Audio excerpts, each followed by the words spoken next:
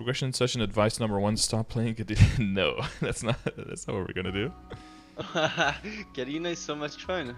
Yeah, if it's fun Why? for you, then we do want to play it. All right, let's help you out with the progression session. Yeah. Hello, official hello. How are you doing? Pretty good. Yeah, How about you? yeah. Well, let's just say I'm doing great right now. I'm ready. That's I'm rested. I'm ready to help. that's good. And yeah, thank you so much for doing this. Like, there's so many videos of you helping people out. It's very nice for the community. Mm-hmm.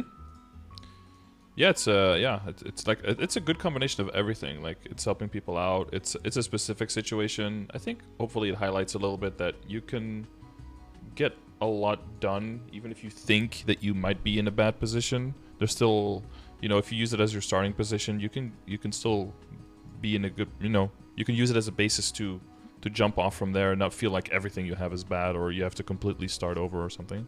Yeah. For And sure. it's YouTube content and helps me, helps everything. It was for a while, it got almost no views, the progression session stuff, and I almost stopped doing it. But Yeah. when COVID picked Well, up, the viewership picked up because YouTube picked up a lot. So kind of happy that yeah, it for did. sure. Yeah. People have more time.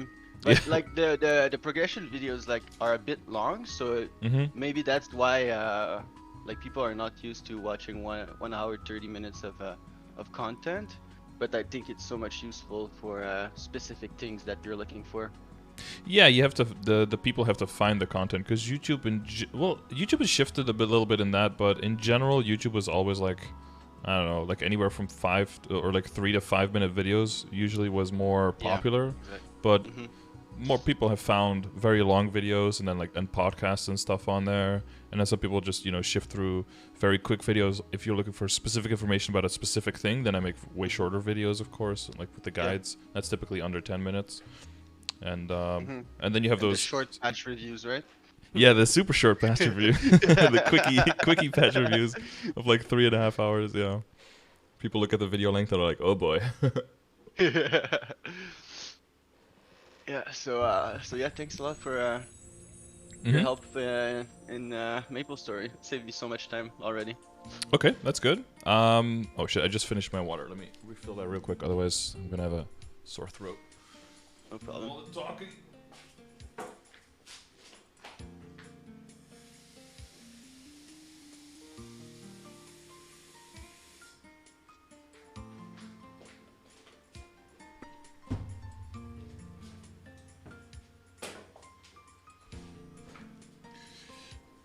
Well, I guess we can start there. Where you like, what are you already familiar with, like the commands and stuff? What have you already seen, and what do you think you can use a bit more Um, explanation on? I mostly use your I did a lot of Legion with your Google Doc your Google spreadsheet. Mm-hmm. I used the flame calculator, potential calculator. I'm familiar with pretty much all concepts, I think, Mm-hmm. and mostly like this account is solo progression, right? Okay. So uh, mostly I want to know like what's the jump towards easy Lucid, because right now I'm soloing like the full row just before Lucid, Mm-hmm. and like how to go about spending mesos and progressing like efficiently, because I don't want to like waste resources on things that are gonna change or like that are not as worth to do than, let's say, getting attack lines on weapons or things like that. Mm-hmm. Mm-hmm. And you're planning to stay completely solo, or at some point you're gonna do more partying, or? It depends on how big the gap becomes. Like, just for Chaos Venom and let's say Damien, just there it's like almost a month worth Mm-hmm. of grind, right? And like the gap between Damien and Lucid seems even bigger. So it really depends, like from your input, like Mm-hmm. from today, how long do you think it can be? and is it worth it? Like I'm having so much fun doing solo progression, right? Mm-hmm. But if it's a year, it's not worth for me, you know? It's like Mm-hmm. Yeah. that's just too long. It's not gonna be fun at some point. Yeah. Well, the thing with easy and with normal Lucid, what they're doing is they're taking away the limited damage that the golems get. And that's Yeah, one I of the heard about that. major, yeah, that's one of the Yeah, major blocks right now, especially also for soloing, is that the golems just pile up at a certain point and you yeah. can't get through it. So once that thing goes through, if as long as you power through, you have enough damage, you can blow up the golems just the same as well. So Hmm. um, that should mean that that is not the main part of the obstacle. What kind of income are you looking at when you're playing, and like how many hours do you play? I guess. I play quite a bit, so I can do like 3 totems a week just in farming, so 6 hours of farming, Mm-hmm. and then all the dailies, all the bosses for points. Uh, then yeah, that's about it. So I'm doing like 600 millions an hour, 550 maybe, Mm-hmm. while using a Legion wealth thingy. Mm-hmm.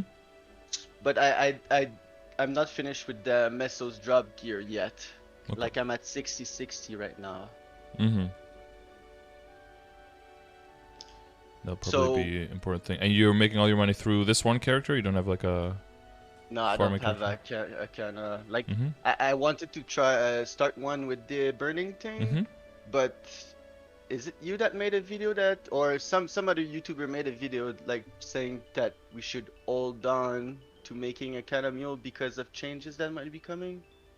Oh no, that wasn't me. There's some rumors about kind of stuff coming, and Yeah. there's always been like changes with Kishin and everything like that. But I think Akana is always still a very solid character to fund your account with, whether it's like directly or indirectly. Mm-hmm. But until there's any kind of real announcement, I wouldn't make like speculation on this is a bad idea now or anything. But there's also Okay. 2 Teraburns, right? So you can always just do whatever you want on the first one, and then if the changes come through, or they don't, or whatever the changes are, and it doesn't change your game plan, then you can still make Akana on the second Teraburn anyway in like 2 weeks. So. Yeah, yeah, yeah. I was planning on doing a Beast Tamer as Mhm. I don't have one yet, Mhm. and I think the Legion and Link skill are pretty good. But Yeah, they're really good. Yeah. yeah, so and my other plan was making a second account. I heard lots of people doing that so you can just go in the same map and kitchen yourself on a second Mhm. computer. Yeah, But main obstacle with that what? is the level requirements for the maps. Yeah. Yeah, so I farm right now in Arcane CLP. So Mhm. yeah, I'd have to level it up to at least 225, 230 maybe. Yeah. So the thing for a lot of the value for having Kana Farmer and having a second PC Kana, a lot of the value from that comes out of the fact that you. Well, it's two-pronged, right? It's either that you need the flexibility because you can do like long sessions in a row because of totems, or because you already run out of totems and you play so much that even the totems don't cover everything you want to do. Those are like the two Right, main arguments for going the Kana route. right. But it would be better overall to just farm on the same account with Akana. Is that right? Well, better. That depends on how much time you're spending. So like if Okay. you run out of all your totems and you trained on your main and all the rates you made with your main and all the gains you made with your main, at that point, if your main is your main income and then you try to train or like try to farm on it without a totem, that's always going to be worse rates than having a Kana to go on when you run out of totems at the end of the month. So I don't know. So you said that you do like 3 per week. So that seems that Yeah. even if you do a little bit extra, you should always have totems available, right? Yeah, so like 3 or something. But Mhm. this is the first month that I've been doing like all the bosses rigorously? I don't know. Religiously, yeah. Yeah, so that like before I did not give too much importance to reward points, Mm-hmm. but now I feel like it's so much worth it because farming without a totem is shit. Yeah, once you're used to with, then without is indeed shit, yeah. So yeah, like there's but a if you lot of don't, farming, I know. yeah, but if you don't finish your totems, then for now you could definitely see that you can still scale up on the totems and still be fine and have that spawn all the time. If you have if you're main Kana, then you have to make sure that you still like activate the night ghost guide so that the Kishin stays up all the time. Yeah. And if you have it on a second computer, you basically just have 50% uptime unless you do some weird stuff with like a foot pedal and teleporting it around and stripping your character and night ghost guiding around and stuff. So that's yeah, there's definitely input there. I think the main value of having a Kana on a second computer is like trying to build up your legion and not needing to dedicate your totems to that. That would be one. And then the second, I think, would be if you are just really trying to get to the highest level in the game, or you're trying to get to level 280, 285, you're trying to get to 300, and you want to get the Kana there with you because you need to do so many hours to get those levels, and that you can never, if you do that with just totems, it's going to take you like 15 years or something. So you have to overpower the amount of time you have available on totems, so you would need that. Yeah, but that does like kind of come to the same conclusion as like, well, if stuff is changing, considering Kishin and considering totems, which we don't know yet, hopefully we will know in like a week or two, then that could change those long-term plans for sure. So that's something to keep an eye on. Yeah, which is so many hours, right? So deciding to commit before knowing would be like maybe a blunder in like so many aspects. So and also like if you need to like dedicate a lot of time just overall building up the Kana. So while you're not farming on your main, getting levels and continuing progression on the main. Yep. You're getting a little bit further from the microphone, by the way. You're getting a little bit more quiet. Yeah. Sorry. Yeah, it's okay. Yeah, so we'll keep that in mind. But I think for now you can still just go pretty hard on the Cadena itself. Even leveling wise and everything, you should be fine still for quite a while. And we have the new areas to look forward to as well. And when it comes to solo bossing, there is definitely a big gap from like Lotus and Damien towards Lucid. Like I said, the golem change should ease that up. But the other thing that should also change that quite a bit is the access that you can have to I completely lost my train of thought. Well, we'll look at like the Legion and Links and all of that stuff, right? Probably what will come into play is harder Legion work, and everything just has to be upgraded just a little bit better, right? Yeah. Pretty much everything. Yeah. Or a lot a bit better, depending on where I said it exactly.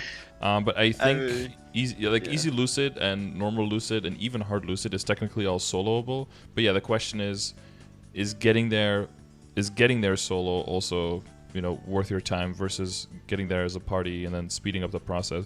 A lot of it does come down to what level you are, though, because you have access to more skills, nodes, and all that stuff, and you have to do all of that solo anyway.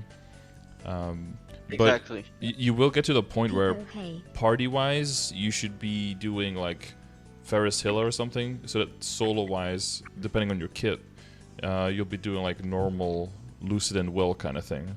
So there does become like a pretty big discrepancy, because I mean, if you do the hard bosses instead in a party, you could already be maybe getting arcane drops and that kind of stuff. So yeah, so you can get like five set arcane faster, which helps getting to soloing much further, right? Yeah, exactly. And I think 17 star for arcane is probably good enough to be able to do that.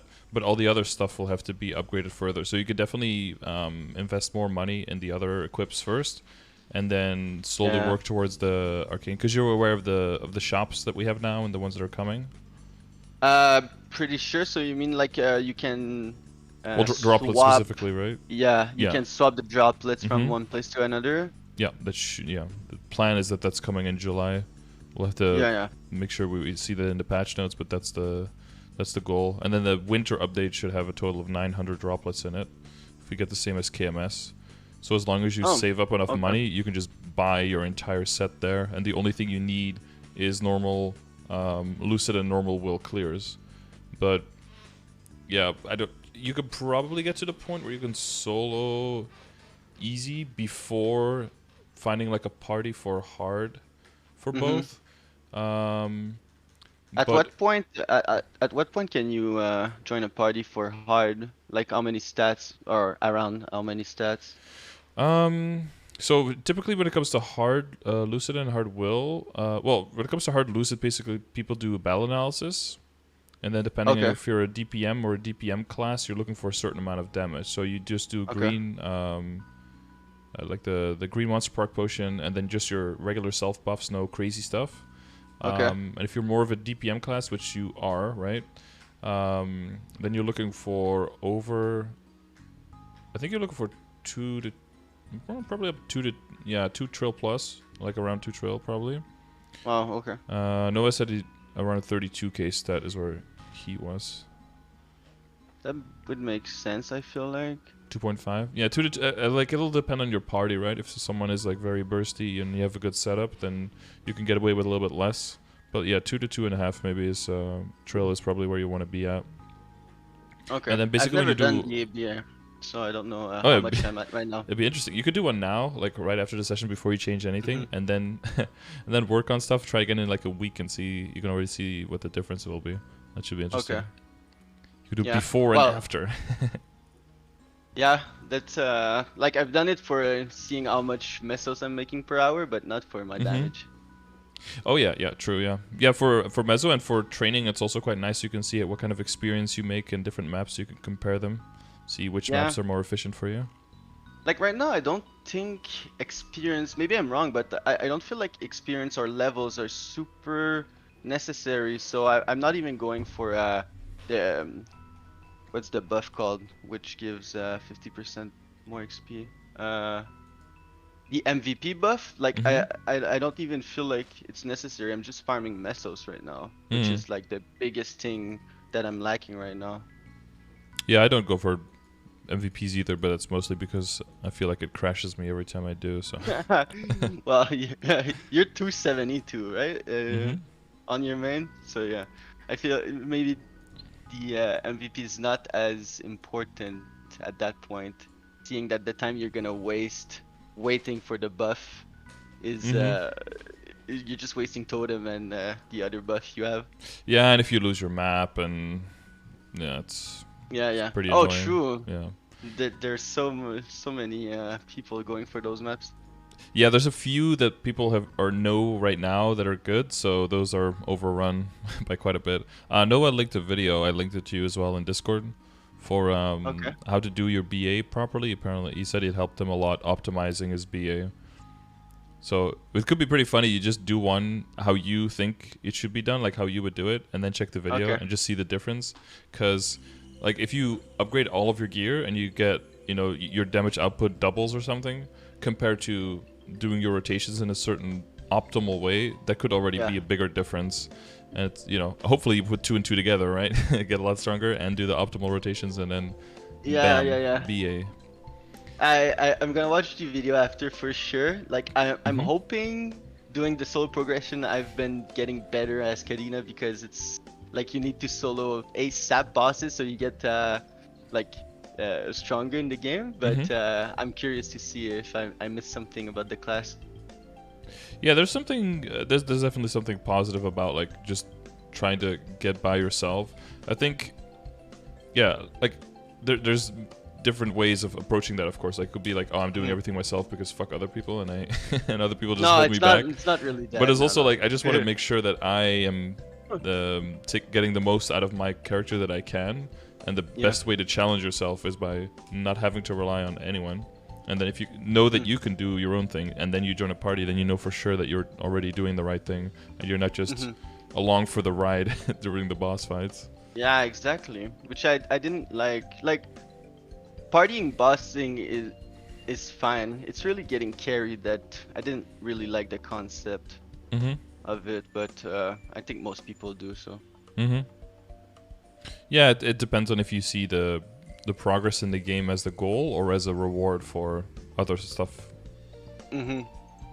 Well, the goal of the game for me is really having fun killing bosses, right? Grinding, farming mesos is fine at best, but killing bosses is so much fun. It is so much fun that I wanted to enjoy every bit of it. Yeah, but sometimes you need money to get stronger to be able to do that. So it's all connected in the end. True. It's like a trade-off, right? Yeah, exactly. You try to minimize the amount of stuff you don't like so that you can maximize on the things that you do like. Just like in real life. Exactly. It's like optimization everywhere. Yep. Basically. Yeah. So seeing my stats,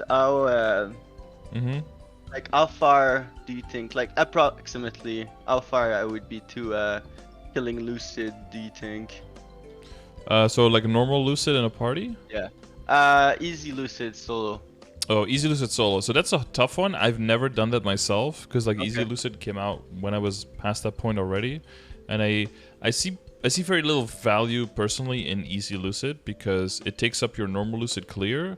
It cannot drop the droplets that you need to make the arcane gear, and the only thing you can get is soul shards at like the lowest rate possible. So for functionality, it's just like you can tick it off the box like I can do it, but it's not that valuable. It's useless. I thought it dropped the stone, the thingy. Yeah, apparently it doesn't drop the stones from what people have been saying. There's a chance for shards, but it's pretty low, and you can get the Neo cores for it, right? For the event. Okay, yeah, not completely useless. Yeah, so that's a little bit added value now. But other than that, yeah, because it shares with normal. Typically, if you can do Lucid and Easy Lucid, if you can solo that, then you can definitely be in a party for normal, right? Because normal is only about twice as strong as Easy. So it's like twice the HP, maybe a little bit more. So if you could solo or you're close to soloing Easy, then you could definitely be in a normal party, and then you can get more cores, more more everything. So then you'd want to be doing normal instead. That does also mean that if you can do Easy Lucid, that the jump to normal, if you want to solo that, it should also not be that big. Again, once the golem change comes through. But like I think the jump from there to soloing Will or to soloing hard Lucid would be way too far. So if you really want to push, I think getting to Easy Lucid and then possibly getting to normal Lucid, especially if in the winter you can get the arcane gear and the other stuff a little bit upgraded by then, and then a little bit more Legion, a little bit better familiars, like a little bit all of that, and maybe you reach like level 250 or a little bit above, then I think you can get to soloing normal Lucid. But I think past that, it's still possible to get the other one soloed, but I think past that, that's when what you said, like it just takes so long. I wouldn't say a year, but it would be several months, up to like 4 or 5 months or something. Depending on how hard you go, Yeah. Because normal will also is a little bit tricky because you have like 2 dimensions and you have to like leave some damage in one dimension, be in the other one. It's a lot easier if you just power through it with more damage. But again, at that point, I definitely would still advise, if you really like that challenge, to still try to do it once, but like on practice modes, just to see if you can get the clear. But I would run the hard bosses at that point with a party to try to get arcane drops for like the value point instead. Yeah. Because they share clears, right? If they didn't share clears, then all the power to you. I would say just go ham. But since there's clear sharing, there, you have to choose between the two. Yeah, exactly. But you could do it in practice mode. I mean, that's just as good. I mean, it's just as difficult as the same conditions. It's pretty much, yeah. It's getting the clear. The loot is like secondary at that point. Yeah, exactly. But if you can get both, you can get the clear on practice, and you can get the loot from the harder version, then you're clear. Yeah, I might have to do that. Like the jump between all the rows in the Maple guide, it feels like it's so much. Oh yeah, but the star system is so weird, right? Because it starts like 1, 2, 3, 4, 5, 6, and then it goes to 1, 2, 3, 4, 5, 6, 7 stars or something, and then it goes all the way up to like to 7 again, and then it starts like 1, 2, and then everyone is just their own star, and it goes like all the way up to like to 1, 2, 3, 4, 5, 6, 7, 8, 9, and then it's just like 5 on gold. It's a weird system because it doesn't really make much sense. It's very weird. Yeah, I don't know how they did it, or like how they calculated it. Yeah, it kind of makes sense. I mean, I would put Chaos, Papalatus, and Mitsuhide definitely on a different level than Lotus and Damien. I think those are like significantly harder. But it's also an ordinal scale, right? So like 4 to 5 doesn't mean that it's like 25% harder, and 5 to 6 could be just way harder. But yeah, ordinal scales are always a little bit tricky to interpret. Yeah. It just kind of makes sense though. In general, they're ordered pretty well, I think. It's CPAP. You're right. CPAP is really weird, just because of the mechanics. Once you get him down, he's actually pretty doable. Yeah. Versus Lotus and Damien are still a big challenge because they just have so much HP. Oh, Lotus and Damien, you can actually not die knowing the mechanics, but Pap, if you don't have an iframe, there's nothing you can do. Yeah, so a bunch of situations where you're just kind of fucked. Yeah, you have to use the best mechanic in the game, which is damage. Yeah, that's the power true. Overpowers just like, also. Just like the clown. The clown was a really stupid boss, I thought. Like, oh yeah, is he? Yeah, no idea. Him, yeah. With that fire poison. Once you one shot him, you don't care. But like, the mechanics are so stupid. Yeah, they kind of are. Yeah. And just bad design. Yeah, and some bosses, because that's what I have in the command as well, right? For the bosses, is that some designs are stupid, but that also no other boss has them, so you don't really get any value from learning it either. But some bosses have stupid mechanics, but all the other bosses have them as well. So if you learn how to dodge them and you learn how to manage them, you can actually get a leg up for other bosses and have just a benefit of being able to get better at that boss quicker. Yep. That's why I added that as a column as well. Let's see. Oh yeah, okay. I didn't see that one. Yeah, maybe if you zoomed in, it like cut off. Irrelevant. I like it. Yeah, it's because some bosses are just ancient, right? And their mechanics just don't mean anything. Yeah. I could see well. So yeah. About the gear. How do you go about spending mesos? Prioritizing things. Like I've always been going with my worst piece of equipment. But I feel like at this point, maybe there's things like I don't consider when selecting what I should do about my gear.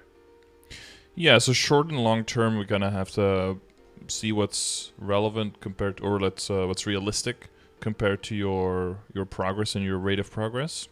And then that is the main key to figure out how long are you going to keep equips, and that's one of the main determining factors when it comes to how much do you invest in an item.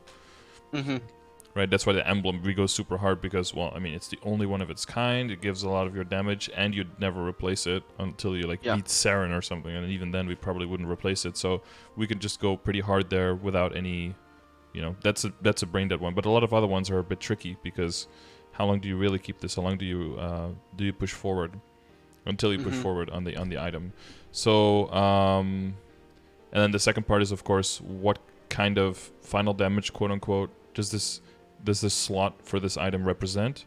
And as a result, are you pushing it as far as the slot can be pushed versus other items, right? Because we want to roughly make sure that there's like a certain invisible efficiency factor kind of that looks into how much total damage can you get from this slot, how much do you have now, and what is like the efficiency the percentage of how far you're in, and then we want to keep that roughly equal over all your equips so that you don't lopsidedly invest. Of course, you can get lucky on one item and then you kind of like ignore that for a while, but eventually you want to equalize that.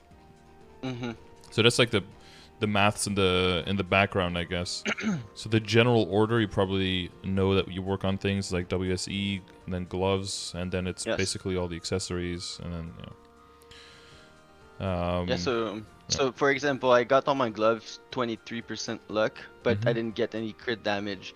So for me, I had so much worse equipments that I thought I don't need to continue rolling, but maybe crit damage is way more valuable than I thought compared to 23% luck. Yeah, one line of critical damage usually for most people is about equal to, I think it's about 30 to 35% stat. Oh, really? Yeah. Okay. So it'd be like a, yeah, many people aim for like a line of crit damage plus a line of stat in the beginning. So it's basically the equivalent of around 40. Okay. So I'm Because, missing a lot there. yeah, so like when you look at the percentage of the efficiency on that item, that one's on the lower side because of the potential mainly. So if it's easily identifiable as just like one part of the item, then that's an easy fix like to put on the list. So when it comes to cubing, that one is probably going to be quite a bit higher than the rest. Because I think your weapon was fine, and then your emblem was like 2.5 lines. Yeah, my emblem needs to be reroll. It's decent. I love the 12% attack, but But the other there's one's not so damage. much. Yeah. Ignore Death is also fine, but like, Yeah. how much Ignore Death is too much? Is 95 too much, or? So have you checked up on the ID sources with like the visual, functional, how that all works? Yeah, I understand mainly like for let's say skills that give 20% and stuff like that, or? Yeah, so what you wanna do is you wanna calculate what functionally how much ID you have with at 100% uptime, and then once you have that number, you want to mirror it to the number that you're aiming for in the progression grid, and then if you're over that, technically that would be what qualifies as too high. Okay. But it would depend on how good everything already is. Like, let's say that you have, I don't know. It's kind of like saying that somebody who's like a bodybuilder has too high of a BMI. It's like technically he does, so there's like some stuff he has to think about. But on the other end, there's also a whole lot of things that don't really apply because you're not really like obese, right? So in the same way, like this, if you hit super high on the IED, but you also have like as much or even more attack percentage than you normally would, and you have higher boss damage and total damage percentage, then it's okay to be a little bit higher on the IED because those three things have to kind of be in harmony. Yeah. Okay. So, do you know functionally what your ID is with 100% uptime? It is around 95.5, but with the current Neo Force with the stuff. event buff, yeah. Yeah. Okay. So, like I was looking at the other thing you opened. I think it's 94 at late game. I have up to 95 is what I have in here. So that would be the end. Yeah, so that would be Party, Hard Daemon, Hard Lucid, Hard Lotus, Hard Will. Okay. That would be fine for that.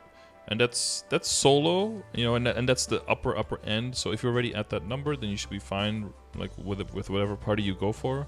But you do have to take into account that if you would, you know, reroll something, that you need something else to compensate for that. So the main compensators you can find under the ID sources.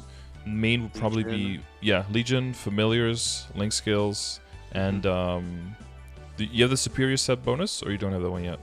I have nothing yet. I have 680 coins, so I'm getting my first item today, which is pretty cool. Okay, cool. Yeah.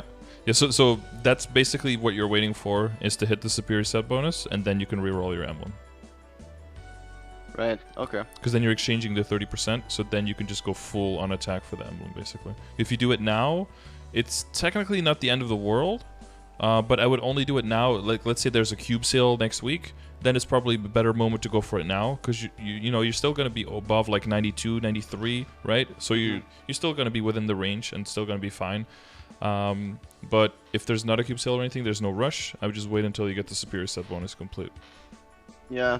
Like, right now, I don't need damage, technically. I just need, like, 40B of Mesos or something. Because I can solo what I can solo right now, and I cannot push for more, so...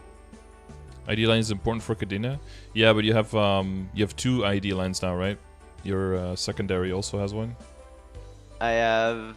yeah, secondary has 40, and then my emblem has 30.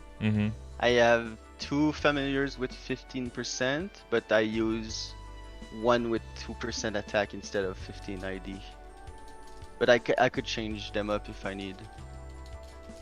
Yeah, so I think at this point there's probably more progress and cheaper progress in the emblem So it would be like superior set first, right? Then emblem. If your emblem does end up rolling IED in 2 lines of attack, for example, then I would just keep the emblem and then reroll the secondary. Because I think eventually you still want to have 1 line of IED as a Cadena. Yeah. And preferably on the WS emblem, but yeah. Okay.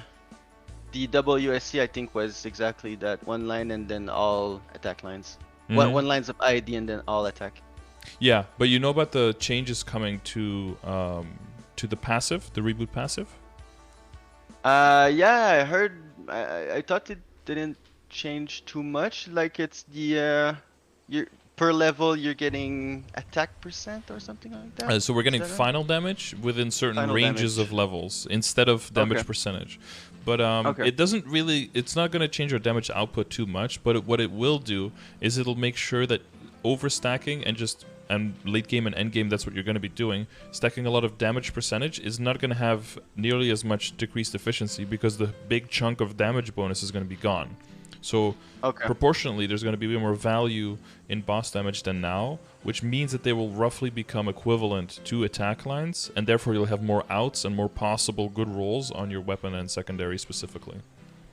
Oh, so my boss damage would be pretty good in here. I have like 3 lines of that. Yeah, so like, well, 2 lines of 20% is of course really painful because that's, I mean, there could be 1 line of 40 and then you have an whole extra line, right? So eventually you do need to re-roll that, but it's not a priority at this point, I would say. But after the emblem, and depending on how well the emblem goes, then the secondary reroll would probably be a good idea. Or what you can also do is you can start rerolling just with red cubes on the side, the Princess No secondary instead, and then just have that kind of as a side project. Or when you have leftover Meister cubes, you do that, and then see if you can roll like a bunch of attack there. And then if you roll if you roll 2 lines of attack, you can use that one as your secondary when you're training, and then this one when you're bossing, until the superior set is complete and until the emblem is rerolled. Yeah, I was slowly working on the secondary. It's just the difference is not that big, so it's not too much of a priority. Yeah, for mobbing it will be the main difference. And if you're going to higher levels, and Because at 245, I think it's gonna be hard to one-shot once I get there. In, Moonbridge. Moonbridge is gonna be tough, but you can get crazy rates there. Some people in the VC3, like as a Cadena or as a Ho Young, make close to 1 bill an hour there in those maps.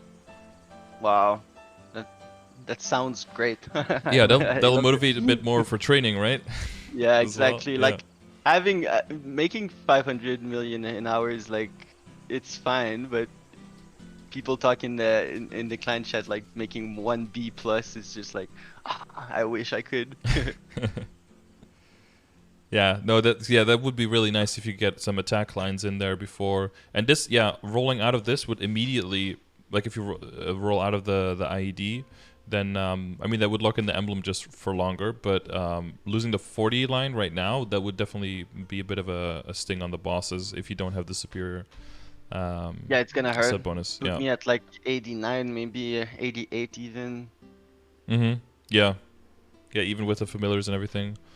So that would be ill-advised right now. So I think Princess No secondary on the side. Slowly work on it, like spare Master Craftsman, spare Meisters, stuff like that. If you get one, like a line of attack and a line of damage, kind of like same as the emblem, or 2 lines of attack, then you can use that for training. But so that's like on the side, and then redo the whole secondary situation after we redo emblem, and emblem is like at something that where it's locked and you know what that is, and then you use this one as like the missing puzzle piece to like fix, because you want to see the WSE as like one thing, right? And then it's like the 801 or the 621, right? Like that is basically the whole clump that you're looking at.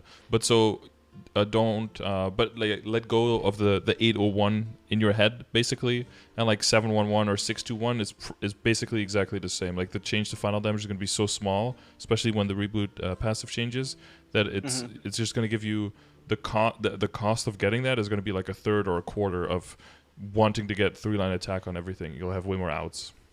Yeah. It's so expensive getting 3 attack lines right now. Yeah. Even on an emblem on average, I think it's on sale cubes, it's like 30 bill, and for secondary, it's like 80 or something.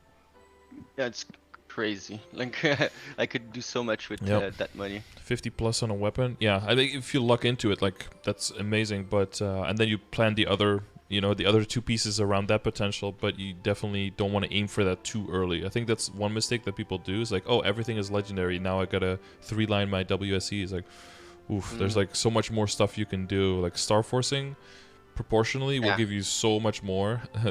Like going a bit harder into star forcing first, rather than trying to perfect your weapon and secondary and emblem. It's so expensive.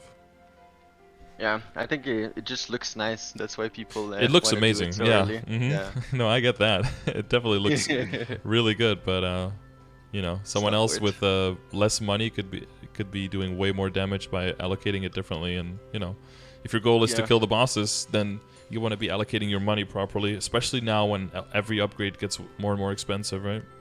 Exactly. It's getting crazy. Mm-hmm. Like I got lucky on my Kana's treasure. It's 27%, and it's my best gear right now. And Which item? Sorry. it got the Kana's treasure. Oh yeah, the ring. 27%. Oh, Yeah. that's nice. Yeah. Mm-hmm. But yeah. yeah, star forcing I've been lacking a bit too. I didn't know it was so much range Yeah, it is. for every star. The weapon attack past 15 really does a huge number. I mean, this, don't get me wrong, the stat adds up for sure, but the extra weapon attack, like you have 19 attack on your hat. Like if you go for, I mean, my gear is now 21 or 22, right, on the arc, but like my hat is 83 attack and 270 stat, and then because of the flames as well, like the tattoo and the monocle are like at 150, 200 stat. And then each have 80 plus attack. Like every single piece is like a mini weapon, and all of that weapon attack, you can go over like 2,000 weapon attack. Some people go towards like 3,000. It's just really crazy. And then those attack percentage lines become so much more efficient as well, right? And that just helps you scale, especially the attack percent on the higher level equips, the 13 and 10 lines versus the 12, 9 lines. All those little bits definitely helping together. So I guess, so that's emblem and secondary, and then weapon-wise, I guess we'll just, I think you just keep what you have now. Maybe you could bop it to 17 if there's a 5, 10, 15, but other than that, I wouldn't do too much more with it. Like the flame seems fine, the potential is great. The main step here would be the arcane, right? And the plan is to change it ASAP, yeah, so... Yeah, you're going to see so much damage increase. You can ask Noah again in the chat, but he was kind of doubting whether he should do it or wait for a drop or something. He decided to do it eventually, and like I don't think he regretted it for 1 second. It's so much damage increase. Yeah, you go for a tier 6 or 7 flame on that weapon, and it must be crazy how much damage you get. Yeah, 7 is too rare. It's 1% chance on Eternal. So is like, it? Oh, yeah. it's that much? Okay. Yeah, it's only 1% chance. So 6 is the way to go. Yeah. Some people that did go for 7, whereas people who got like 12,000 compensation flames, they can afford it, but it's not realistic to do it outside of that. Yeah, I've been buying a lot of flames with this event and the past one, but maybe it's not the right idea. Like they're so rare, the rainbow flames, but yeah, maybe the node stones are way better than those flames. You have a picture of your matrix, right? Yep. Do you eventually go for 4 boost nodes? Is that enough, or do you get 5? Or 6 even. Wait, hang on. From my understanding, I went for 4, so that all my skills that I use all the time are level 40. 5? No, I said 5. Trash memories.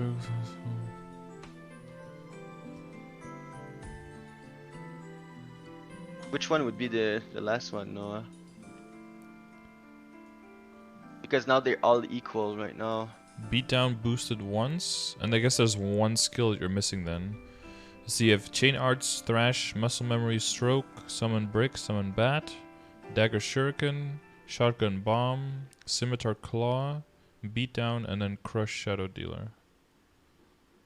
Oh, you get beatdown once? Beatdown once, and then I guess 1 extra skill that you don't. You have Thrash? Do you have that one? Yeah, Trash is the most important. It's the best one, I think. Brick bat, I think, is a huge one. That's a lot of your damage. Which is 1, Yeah, 2, 3, yeah. 4, 5, 6, 7, 8. 8, 3, 8, 2, 16, 15. Yeah. I know. So check this list, I guess. Yeah, I pretty much have exactly that, except the beat one. That's like. Yeah, but you boost beat once, and then all the other ones twice. So if you're missing one whole boost node, if you have 4 instead of 5, then there's one skill you're missing. If you double boosted the other ones, there must be one you're missing. Brick, dagger. That's a dagger, scimitar. There's shotgun. There's the. You can open it, yeah. So trash twice, hammer twice, the bat twice. That's brick. Yeah, that one twice. Break twice. Like everything is there twice, but I don't have the beat down.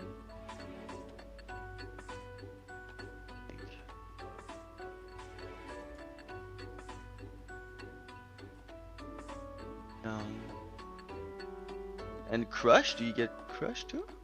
Veteran. Oh, it's called Veteran Shadow Dealer? I guess you don't have that one. Oh, okay. Yeah. Oh, beatdown is the bind, so Yeah. I didn't feel like it was. So Well, much. you get Veteran Shadow Dealer just to have everything boosted, and then you have one slot left. So ideally, you put Beatdown in there so that you get a little bit of damage out of it. But that's like the least important one.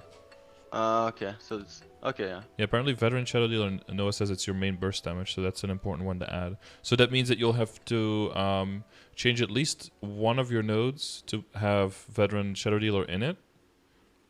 Okay. And then have a new one with either starting with Beatdown or with Veteran Shadow Dealer, and then have that skill that you took out of the existing boost node into that one instead.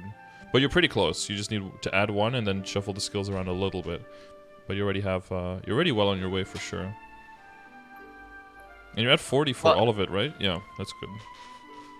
I would need to remove like the what's it called, arachnid reflection or something, to put the 5th boost node.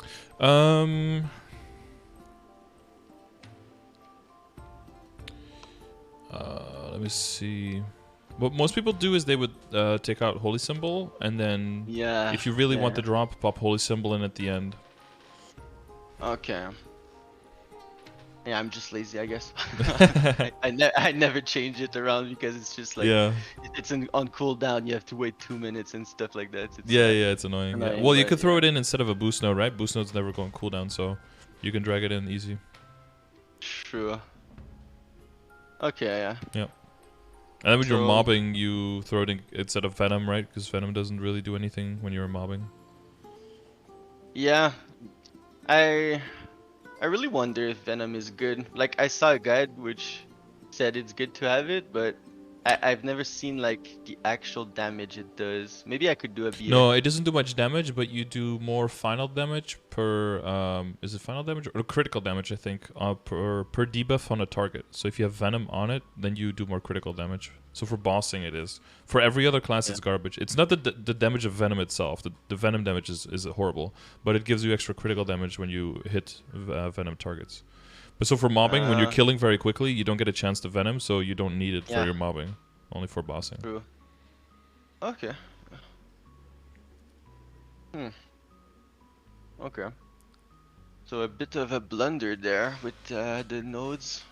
Not too much. I think it's easy to fix because you don't have that many different skills that you don't need. So every boost node, you can basically either use it or it's one of your potential movers. So I think blunder is a strong word. I think it's easy fix because, I mean, you have 4 locked-in skills, and then all the other ones are basically variable. So you have a lot of outs right now. So I don't. Well, I already started doing that Veteran Shadow Dealer node. It's level 9 because I thought when I level up to 245, that extra spot could be perfect for that one. Well, if you get to 245 now, you won't get an extra slot, right? Because you have one pre-purchased. Yeah, I think I'm gonna purchase another one. You'd have to buy it, yeah. Just because 5 levels, I feel like during that 5 level, that 300 million is paid off by itself. Yeah, yeah, pay for itself. I think so, yeah. But if you do the slot 2 slots in advance, that one's always pretty expensive. I think it goes up to like a Oh bill or yeah. something. Yeah, it's like, The second one is it's crazy. Yeah, a no. little bit prohibitive. Yeah. Okay, so that's good. That's hmm good pointers for the V matrix. Yeah, so I would say that probably nodes are still valuable because you have pretty short cooldowns on some big skills, right? Yeah. And the really big bursty ones, you want to have those maxed. And so I think node stones you can still get a lot of value out. And like for the flames, I would definitely put those on lower value, the eternals, because yes, eternals are better than powerful, but an eternal is about worth 3 times a powerful. That's what you have to keep in mind. And you can buy the powerfuls for is it 9 or 10, like a little bit less than 10 mil, I think, in a shop, right? Exactly. So when you see an eternal in the shop, that's like a 30 mil equivalent roughly. So if you have to choose, okay, I can buy one of these or I can buy 1 or 2 nodes, is a node worth 30 mil for me? That's kind of like how you want to see it for yourself. 9.5? Yeah, and a little bit of guild discount or something, yeah. Yeah, it's 9.5. So It's hard to put value in my head to node stones just because the randomness of it. Yeah. And then you need multiple to level it up to get 2% on a specific skill. So it's like such a calculation that's... Well, 2% on 3 skills, right? Yes. Yeah, and then once you really start bossing hard and you want to min-max in your BA, like, so your BA, the main reason why your BA probably won't be, like, insane, is because your skill nodes are still pretty low level. And that's where you, like, your training speed and everything will, you know, all of your boost nodes, that takes care of that. But then when you're really bossing and you want to see big improvements in your BA, that's when you have to start boosting your skills. Mainly, like, the Maelstrom is a huge part of your damage, because you can just always keep it up and it's just constantly attacking the dummy. So that's a big part. And if you max out your Maelstrom, it just does more than double the damage. So then your whole BA will see a huge improvement. Oh, wow. Okay. No, it says Void Strike into Maelstrom into Finale into Cannon. Like in the order for your skill nodes when you get to them. I would probably focus on the boost nodes until they're like level 22 or something, all of them. And then start working on your skill nodes. Which you would like craft the nodes? Yeah, so in that order, or well, what you can still do now is, because you need so many and so many are good for you, is just craft node stones with your shards. I think that would be the best value for you for quite a while, until you're done with all your boost nodes, like they're all like level 22 or 23.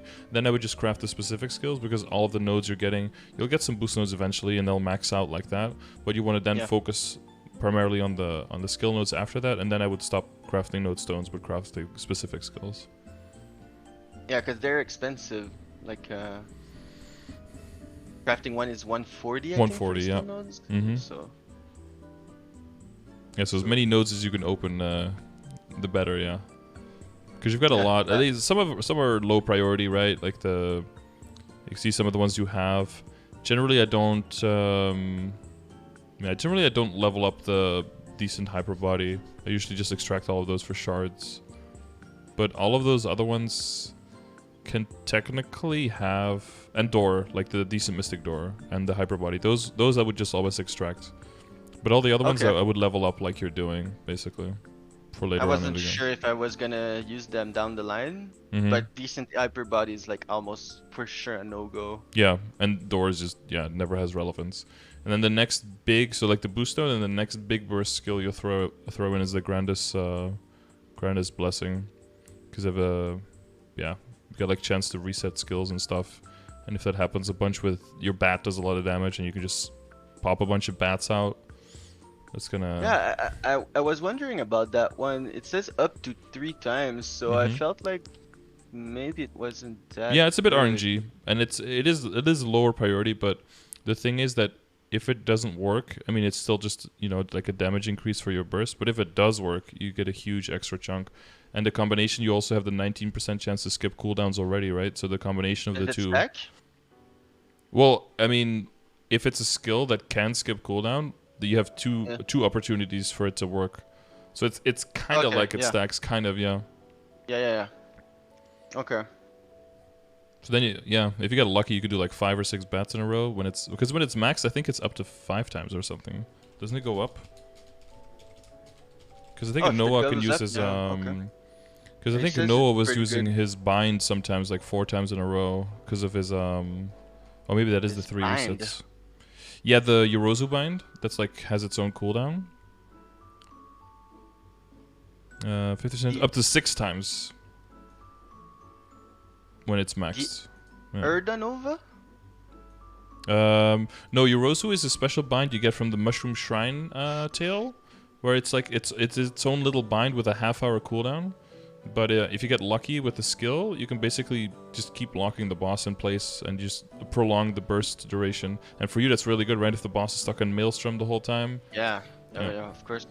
So you can almost become a little bit of a support there.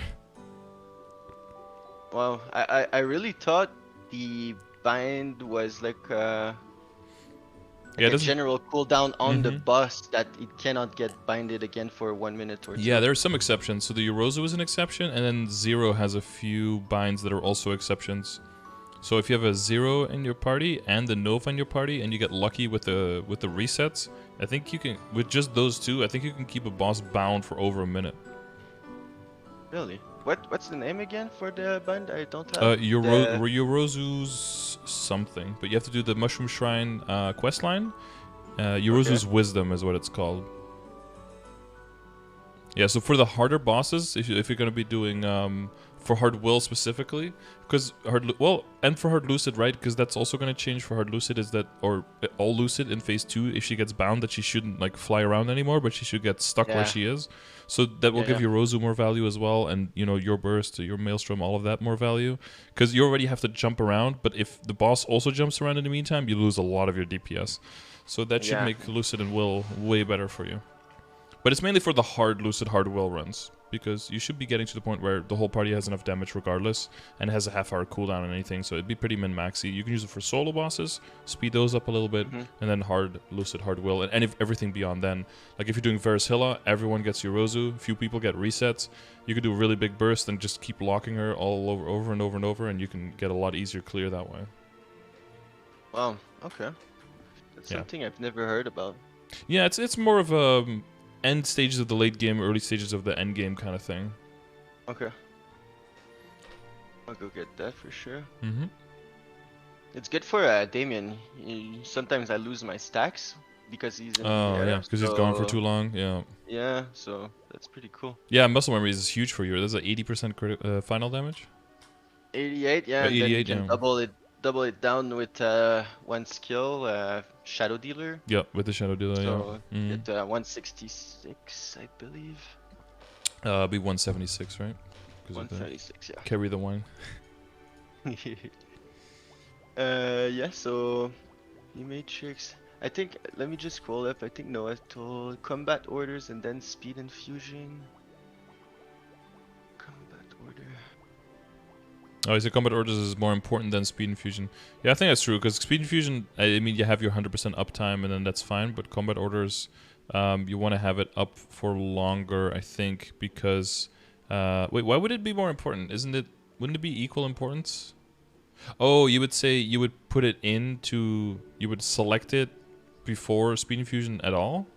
Like you would even put it in instead of that one? Grid? But...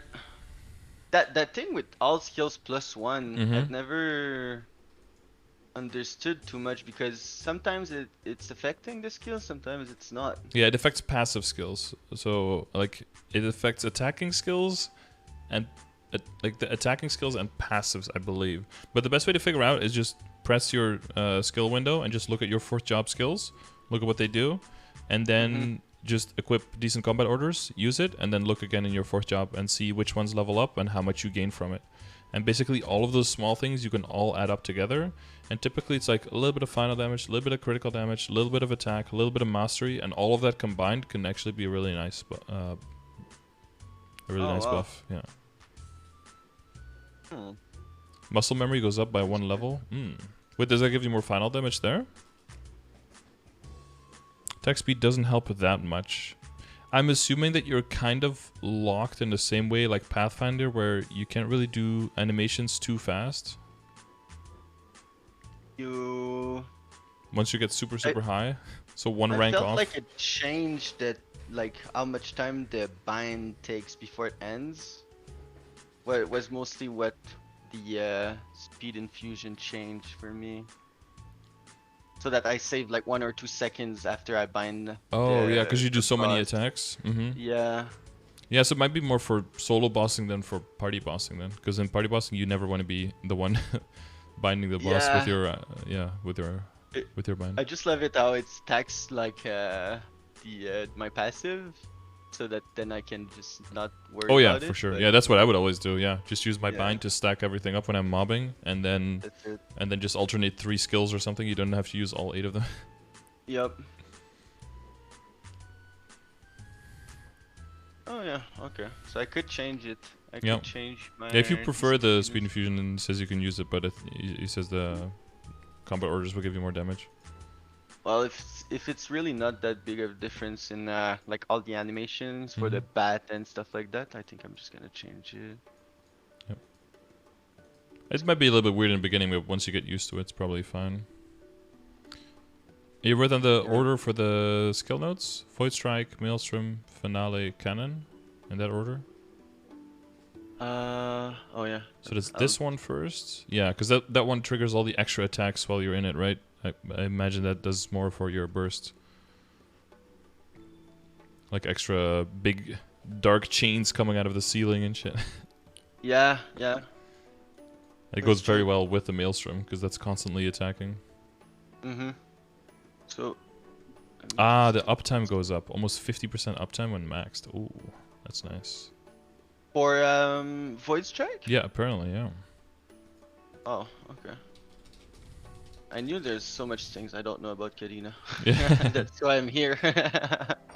Yeah. Oh yeah, the uptime goes up by Maelstrom. 1 second every level. Oh yeah, that's really nice. Up to 65-second duration with And 150.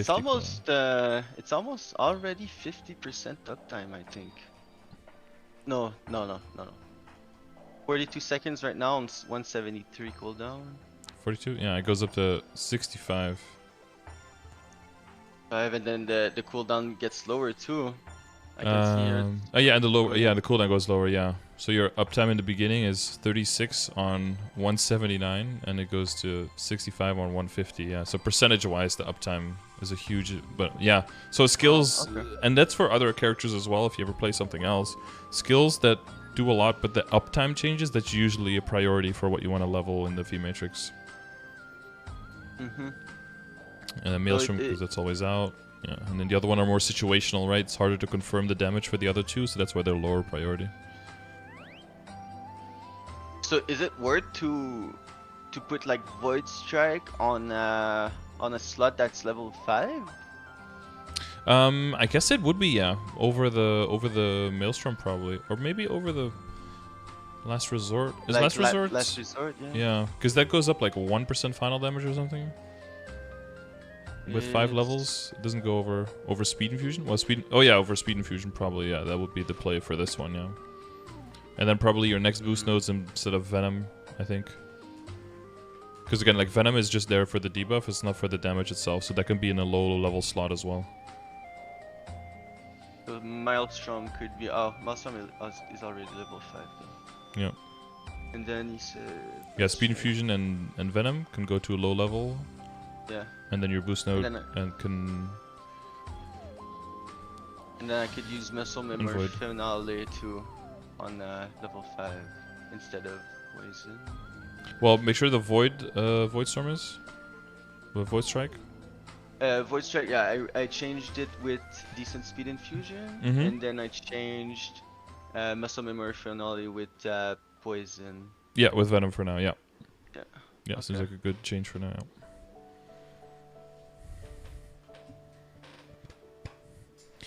All right, and then the other stuff, I guess. Well, we're kind of talking about the event store with the nodes and everything. The other stuff would be to go for the droplets, so you can buy, right? So you can get the arcane. So yeah, so that was one point too. Seeing how far off I am to killing Lucid, Mm-hmm. is it worth to invest so much mesos into those? Well, so one thing you can do, and if you want to do it like solo progress, one thing you can do is get enough to be able to buy the weapon, and then focus mainly on upgrading all your gear and spending it, more diversely onto other stuff, and save up enough for the winter and then buy all the pieces there. That would probably be the way to go, because you can get so many in the winter, and if you're really just aiming for a 17 set and everything else better, which I think is a really, really solid setup to be able to do up to like Varishilla, Gloom, and Darknell, like those kind of bosses. 17-star Arcane, and then probably 21-star CRA, and all the accessories probably around 20 or 21 as well. I think that's like a really good goal to aim for, and that means that you can take a little bit of a foot off the gas when it comes to buying out droplets now and just save up for the winter instead. But I would focus, or definitely try to get as many for event currency for the droplets. So that would mean like unlocking bosses and getting the Neo cores. Yeah, but I assume you're already working on that, yeah. I'm getting 225 a week, which is fine, I think. Are you double dipping with Easy Cygnus? What do you mean double dipping? So you could do normal and Easy Cygnus every week. So if you do normal Cygnus on this guy, you could maybe also do Easy Cygnus maybe with some people on another character, and then get cores for that as well every week. Wow, no, I didn't even know. I think it's only like 10, but you know, if it's a bunch of weeks, it can be 1 or 2 extra droplets. Yeah, it's worth it for sure. Yeah, and there's always some people looking for it, right? Some people will have like a barely level 200 character, and then if you make a party of 6, you could do Easy Cygnus very quickly. Oh, it's 5 cores? Yeah. I mean, it's almost nothing, but it's a little bit extra. And you can reset with creatures. Yeah, if you really want to... Well, I mean, if you reset with creatures, it doesn't... Yeah, then you can do it on the same character is what you mean, yeah. You can't do the same boss twice, but if you could reset creatures, then you can do normal and easy with the same character. Creatures reset. If you do creatures weeklies, you can trade that for coins, and then with those coins in the shop, you can buy reset coupons for Magnus, Cygnus, and the 4 CRA bosses, so you can run them twice a week instead of once. So really? It's a pretty min-maxy. I think only Kaisers do that to get double HMAG runs, because, you know, it takes so long to get a Kaiserium otherwise. Or like two-handed users who want to get the Kaiserium. Other than that, I think it's more trouble than it's worth, I would say. But you're getting the shard, right? So you're making like 80 million? Yeah, you will get the shard, yeah, that's true. Free money. I love those shards. So much cash comes from those. Yeah, for sure. Yeah, if only you could double the CPAP or Akechi or something. Those are... Yeah. Once you can do them properly, those are so fast, so much money. That boss, what's it called? Mitsuhide? Yeah. So easy for a boss in that category. Yeah.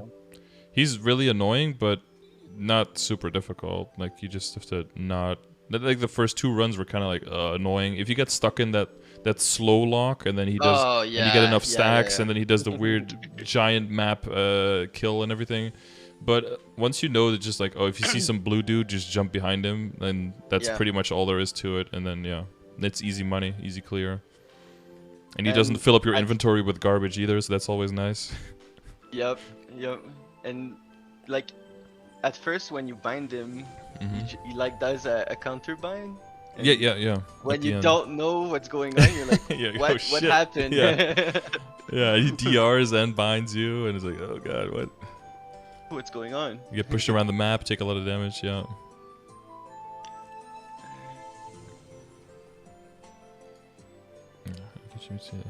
I'm just reading Noah. Okay. So yeah, I'm gonna look into the resetting. Yeah, I don't know if it's 100% necessary. I think it's better to just for Easy Cygnus, just look into see if there's some other people, like ask in chat. Anyone want to get 5 extra cores from Easy? There's probably a bunch of people who won't mind just going and just, you know, if you have a bunch of 200 characters, you can roll that guy pretty easily. Yeah, it's free. But I think there's a pre-quest for the normal one that I didn't do yet. For normal, there is a pre-quest. Oh, you haven't done normal Cygnus? Never, yeah. Oh yeah. It's not a big pre-quest. It's just a little bit of a storyline. As long as you have a teleport rock, you just move from one map to the other and just move back and forth. Okay. And then you have to do a little bit of kill quests in future Genesis to unlock all of the elemental rooms, and then you just kill one of all the elements, and then you make a key, and then with the key you can enter the normal boss fight. Huh. It's also a decent crystal, decent value, and it's going to be a pretty fast boss for you as well at this point. Yeah, the easy is getting one shot. Okay, cool.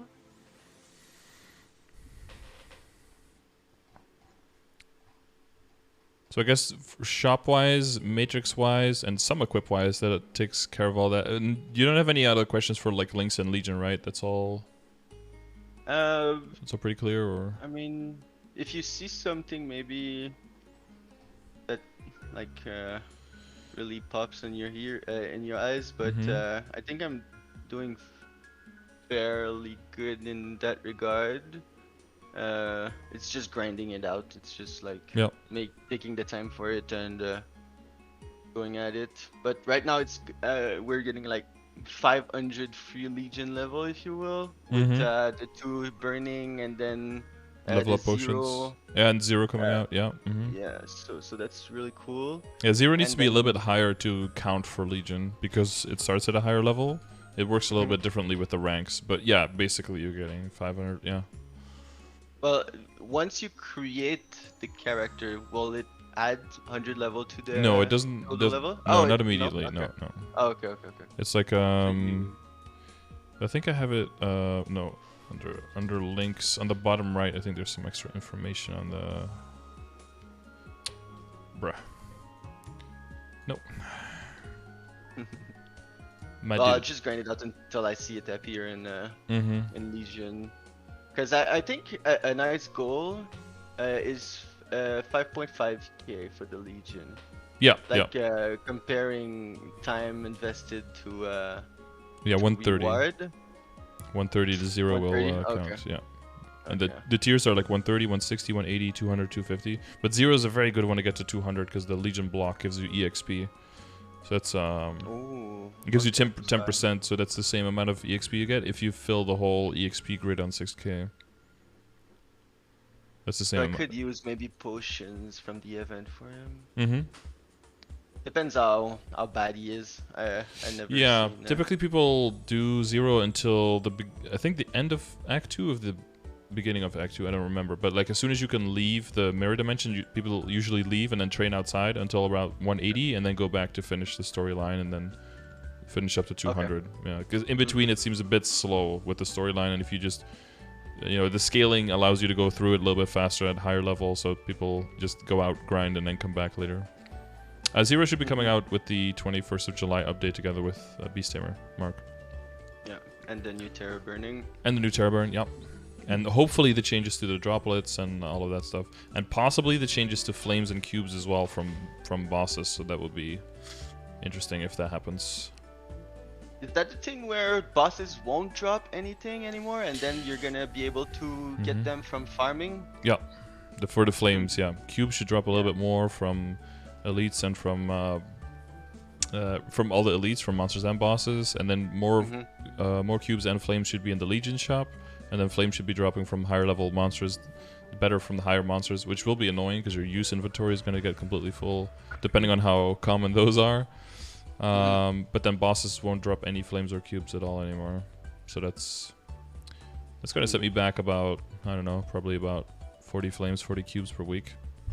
That'd be interesting. That's a lot.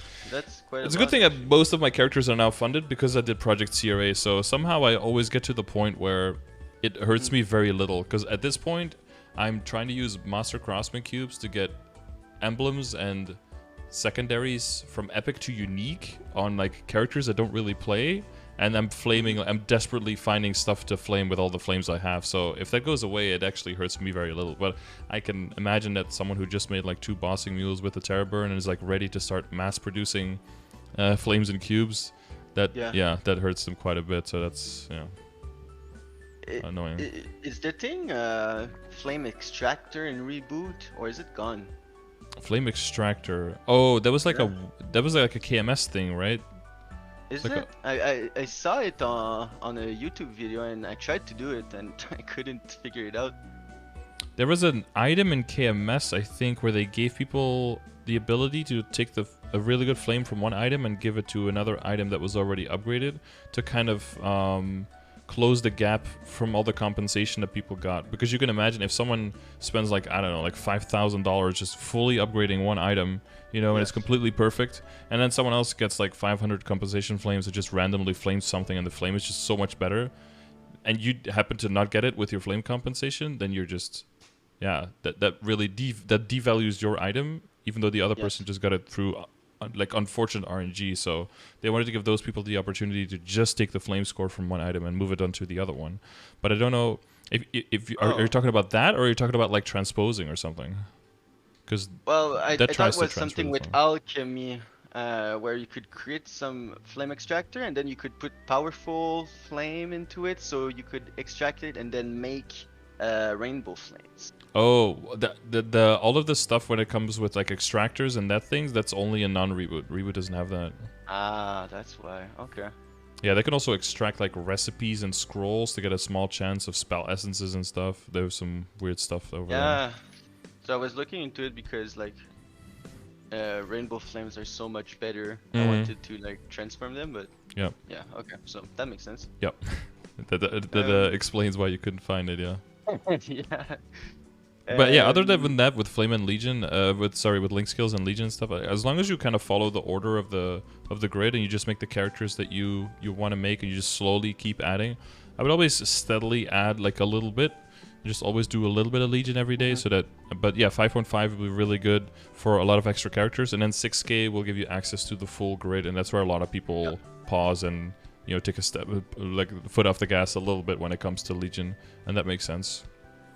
So what my issue is with how I did it up to now is that I can even if I get more rows, I won't be able to fill them. To fill them. Mm-hmm. Yeah. So would you say it's better to like rush by doing a lot of 140s, or would it be good to like get 200 so I can actually fill the grid? Yeah, it'll kind of depend on what you want to do, but I guess how many characters does it go up to? Like, yeah, if you were okay with making a bunch of 200s, that will definitely increase the efficiency of the characters on the board. But if you get a lot of 140s, that'll get you to the point where you can put more characters on the board faster. So yeah, personally, what I did is just first make a whole bunch of 140s and then spend a little bit of time funding them one at a time, and then getting them to 200, and then working on, you know, and just do like 2 of those a week or something on the side, and then, you know, in like a month you have like 8K. But that's like a, yeah. In a month. Well, no, not in a month. Sorry, there's like 8, but like in a few months. But it's all a matter of like doing like a little bit regularly, and not feeling like this is like today you have to do 8 hours of Legion and then next week. Yeah. But there's more events now that will make it a bit simpler. Like all of the bonking events make it a lot better. So if you get characters at 141 and then you kind of like hold them there, and then you slowly get some to 200. The ones that have really good rank double S for Legion, like the Shade you already did, but like the Jet and the Hayato would also be really good, right? Or characters that you want to get the level 3 link on. Slowly work on those with like Terror Burns and with events, and just like in the meantime. And then when you have bonking events, then I would go a little bit harder on just getting mass levels. If you just bunk all your 141s to like 160 or something, that's like 20 levels on 30 characters. Boom, 600 Legion levels, you know?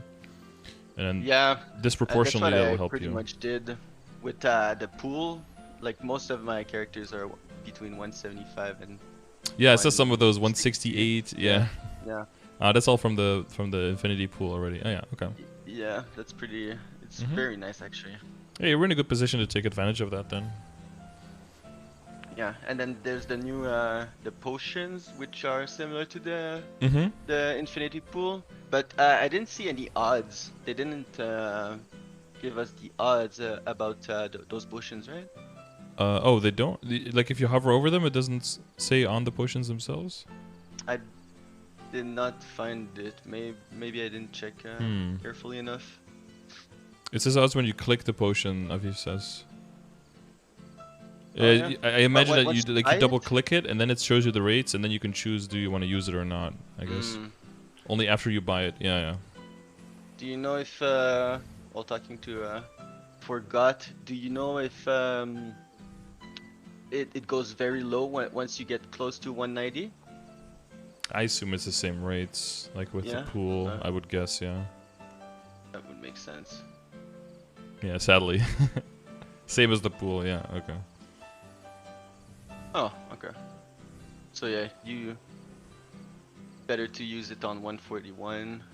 Yeah, so if you're going for purely the levels for your Legion, then use it on lowest possible character, and if you're trying to get a character done to 200, or, you know, to get the 5th job or to get done with it completely, then use it on those if you really don't like the character and you just want to drag it across the finish line.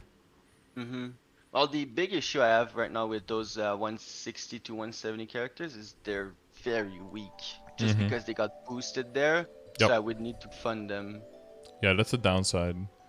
One thing I did find is if you do fund them just enough to be able to train, they tend to make almost the same amount of money that you invest in them back just by leveling up to 200.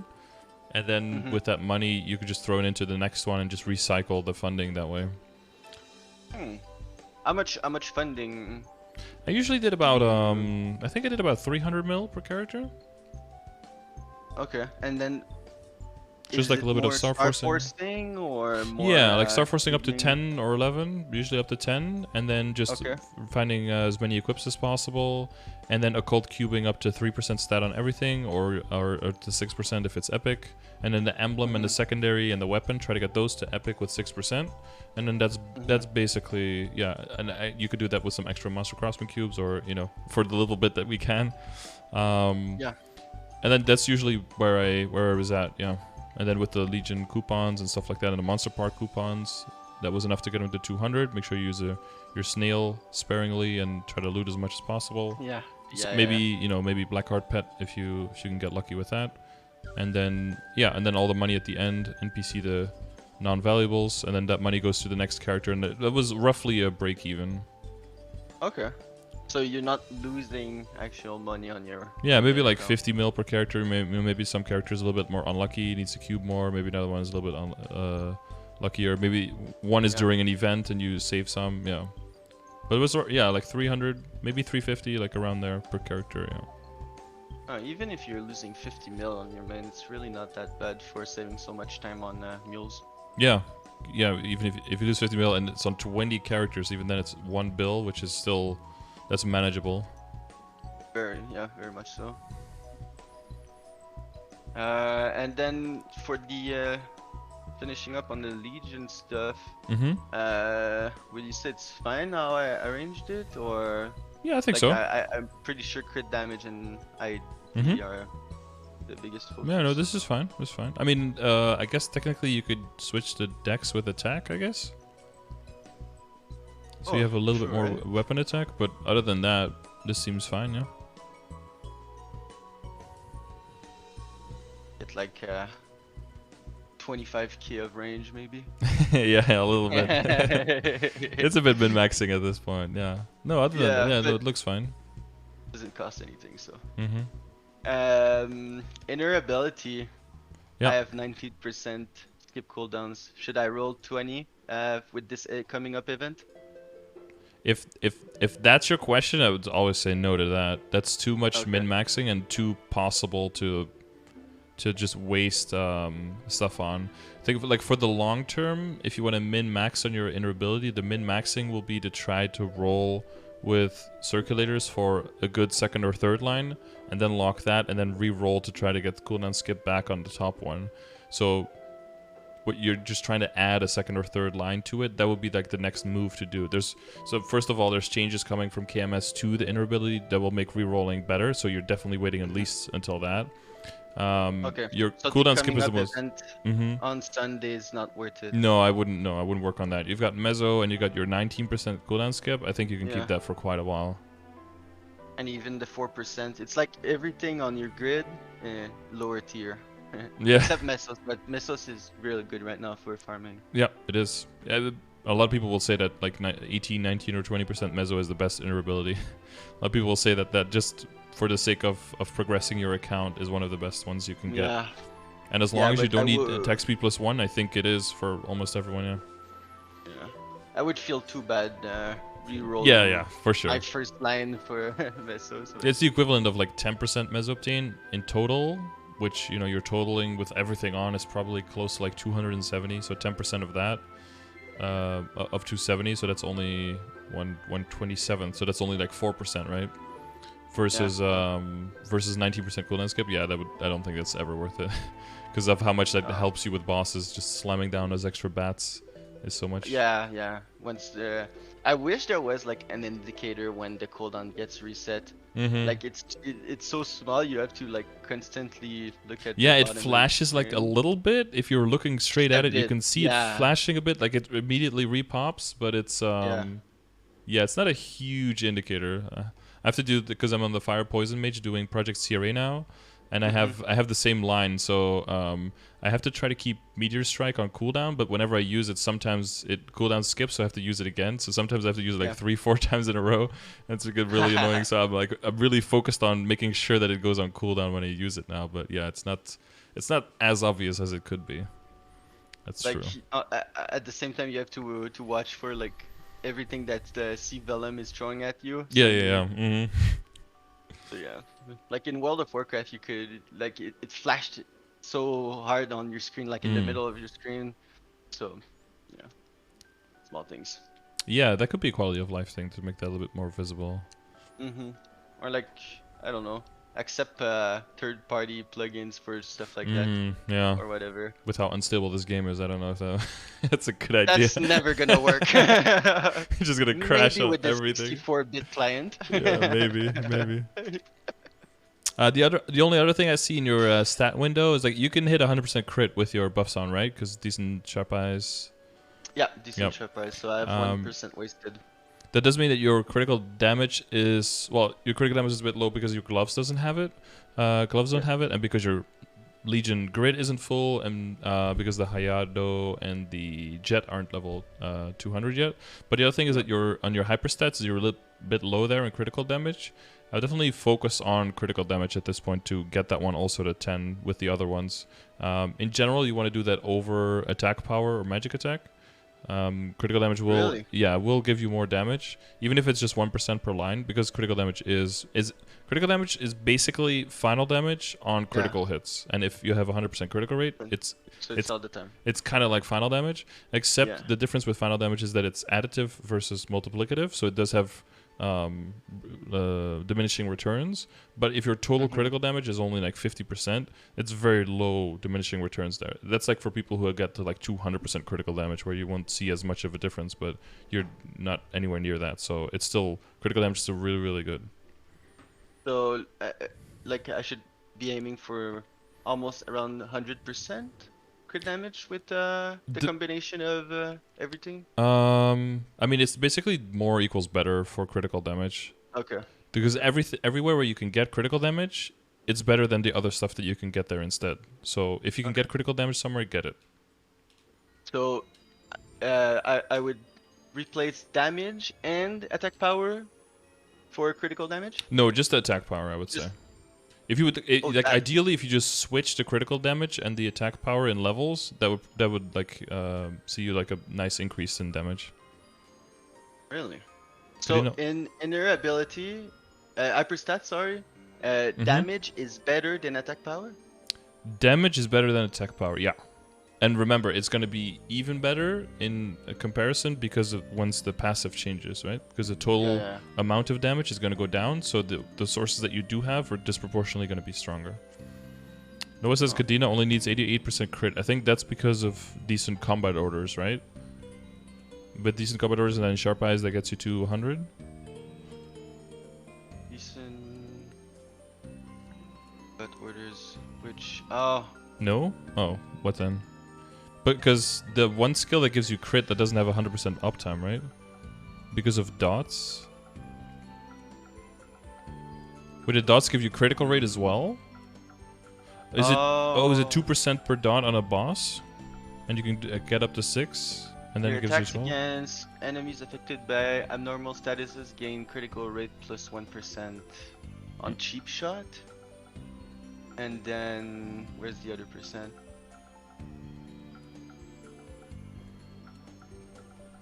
There must be another skills. Wait, it says 1%? Yeah. Wait, shouldn't that be 2? Oh, wait. But I'm wondering. Are we Maybe missing there's another something? skill. Mage Link counts as a dot. Yeah, but you don't have 12 debuffs, do you? But Oh, maybe I there's guess it two means skills that that do it. Yeah, maybe there's you a. use decent sharp eyes, or Wait, yes. did you check in the third job skill? Yeah, that was third job skill. For Yeah, cheap there's shot. also a fourth job one, Cheap Shot 2, that empowers that with another extra %. Oh yeah, true. Okay. Yeah, so that you can get 12 out of that. So if you have, when you're bossing, you only need to go up to, well, up to 88 with sharp eyes, right? So 78 without sharp eyes would be high enough. So that means that you can probably take some, well, you don't have a critical rate, but that means for link skills, you can, well, maybe right now, but it'll depend with the event buff, right? But that means for link skills, you don't have to go too hard in critical rate. Right. So 88 with decent sharp eyes. Yeah, as long as you keep the debuffs on a boss, it'll be functionally 100% crit. And whenever you see a non-crit, that means that one of the debuffs like ran out, Yeah, so yeah. then you know what to do. But then for farming, you need to be way stronger because you're not even close to 100% crit, right? Yeah, so for farming, you basically just switch out one of your skills to the Phantom Link to make sure you always hit 100, basically. But then for bossing, you could do without it if you have enough crit in the other sources. Because mainly what will happen as well is that as you get a little bit higher, going above 10 in the hyper skills is very expensive. So instead, what you do with a small amount of points, you know, a little bit goes into attack, a little bit goes into luck, but then you can also just add a little bit into critical rate, and then with that critical rate, that'll be enough to get to that number without the Phantom Instinct completely when you're bossing. And then when you're mobbing, you just throw in the Phantom Instinct, or like Noah says, you can also use critical rate on familiars if you have that, and then that'll be enough to just get to the point where you have 100 without. So that's the kind of like help puzzle with min-maxing for your hyper stats a bit more, for your link skills a bit more. Okay, so Phantom Link could be replaced. Yeah, well, so like the small replace would be with the Beast Tamer, right? Because then you go a little bit down, but you get boss damage in return, so that would be a benefit. Right. And then the hard replace would be like the Beast Tamer instead of Keen Edge, and then Phantom Instinct could be replaced with something even better, which for you would be... Is it the Kane one? The new Kane one? I guess it would be... because I'm looking... You don't need the Michal link, right? I didn't feel like it got any use up to now, but maybe? I don't think... What else? You have Judgment. You have all the other useful ones. Yeah, it'd probably be the Kane. Yeah. Grid for that. No, do you use the Michal link? For the harder bosses? Because you're already so focused with your movement and where you end up that I feel like you just calculate that in. Oh, Noah says he uses it, yeah. So I guess Michal where it's necessary, and otherwise you could use the Kane for extra damage, yeah. Where would Michal do anything? I like it against CPAP personally, because he like bumps me into clocks a lot when I don't have it. So that's annoying. It's just like the little bumps that can be annoying. Or the golems in Lucid, those like knock you around if you don't have it on, and then they can push you into another one, and then you gain touch damage from the other one. So for Lucid, it'll be useful. Okay, so I'll have to grind it out. Mm-hmm. And so the Kane one would be replaced with Keen Edge. Okay. Yeah, so what I would do is, so you could throw in the Kane for Keen Edge now, and then either throw the Beast Tamer in for Phantom Instinct once you get that, or throw in the, or throw in Michal, or throw in Michal now for Keen Edge if you want to like practice with the knockback resistance and see if that's any different and if you need that. Yeah. But those are the two, like Phantom Instinct, Keen Edge, those would be the two that you replace with one of the other three, yeah. Or two of the other three. All the other ones are fine. Those look great. Yeah, they seem the links that could help me most with boss. For sure. Yeah, Noble Fire technically is not great if you're soloing, but is great if you're party bossing. Yeah, it's the smallest one, 4% Yeah. boss damage. But oh, so that could be the one I replace with Kane. For soloing, that might be a plus, yeah. And then Kinect for Michal, maybe? Good, no? Are you not using the Kane one? I'm not using it personally. Well, I didn't even make a Kane yet, so I can't. Oh. But I'm not using it. No, Thieves Cunning is like number 12 or 13 for me, basically. But with the bosses I'm doing now, the harder bosses, I go for full survivability. So I get like the Warrior Link, the Close Call, the Empress Blessing. Like I throw all of those in there. So or the Cygnus one. So I throw all of those in there, and then the lowest damaging one goes out, and that would be the Kane, would be Thieves Cunning. Would be those. Sometimes even Elementalism has to go. So yeah, it's kind of a movement, right? Like in the beginning, you just want the survivability because otherwise you'll die out. Then once you know the boss's mechanics, you want as much damage just to make the runs faster.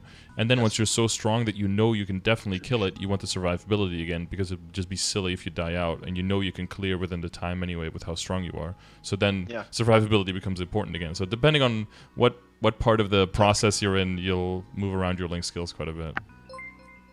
That makes sense. Okay. The big one I could get is Light Wash tier 3, I think, for the IED. Well. Yeah, if you can add IED to an existing source, that'd be nice. Fury Unleashed 3 is good. Some people might meme around with the Angelic Buster one. If you're, once you have all of the other links going on and you become a bit more bursty, you can think about the Angelic Buster, but I think it's better to go for something like Kane to empower your DPM rather than to empower your burst, I would say. But yeah, there's arguments for it, right? Because you're mostly, if you're doing party bossing, you're going to be combining it with domain and stuff, and then the burst does become quite a bit more important, and then you can consider using it.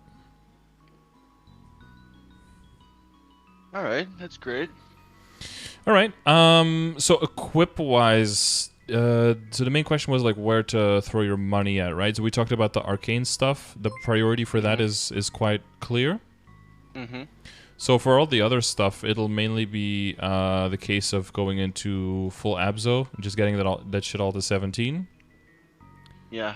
That's probably priority now. Even well, we don't have a 5, 10, 15, so it could be that step back. I think that so the next step would be after what we talked about with the WSE, right? But that was like after you get the full superior. I think the next step would be your accessories, right? And trying to get the 100 meso 80 drop, trying to get that combination in your accessories. Hopefully all of them with at least one line of luck, which I think you've been managing to do so far, so that's pretty good. I got fairly lucky for those. Lucky? Nice. And all stat is also really good out for you, right? Because you have 2 secondary stats, so you have... that's a good thing for you as well. So probably getting a whole set legendary with 5 meso lines, 4 drop lines at least. Hopefully all with a line of luck. Like that's priority, so you can get that good income. And then the nodes that we talked about, and of course symbol dailies, getting your arcane power as high as possible, so that you can go into Moonbridge once you reach that level as early as possible. That'll give you crazy rates.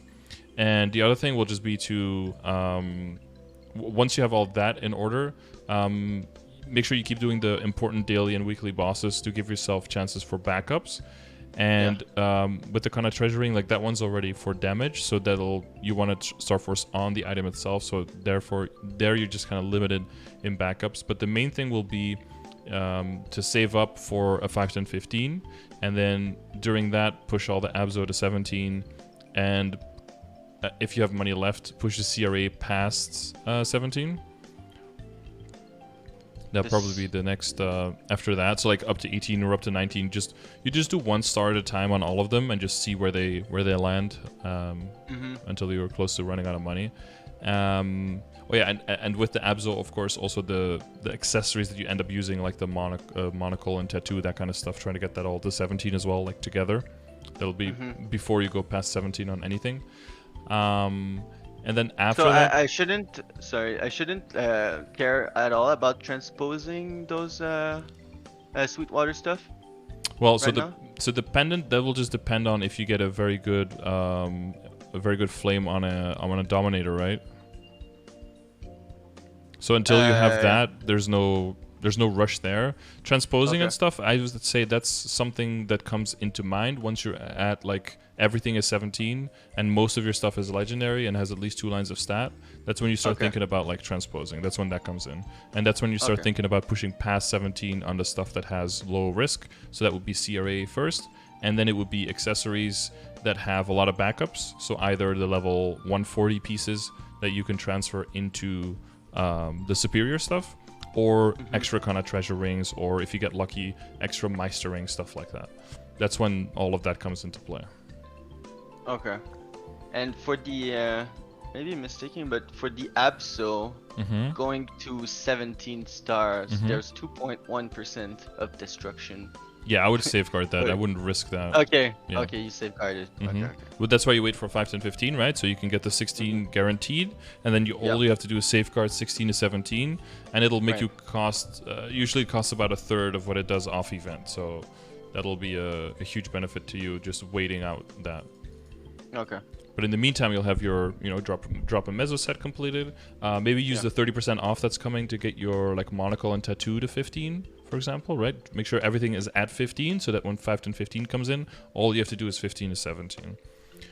And whether you safeguard that or not, that'll depend on how many backups you have. Ideally, I would say go for dineros and then don't safeguard because it's such a low chance, and save some money there.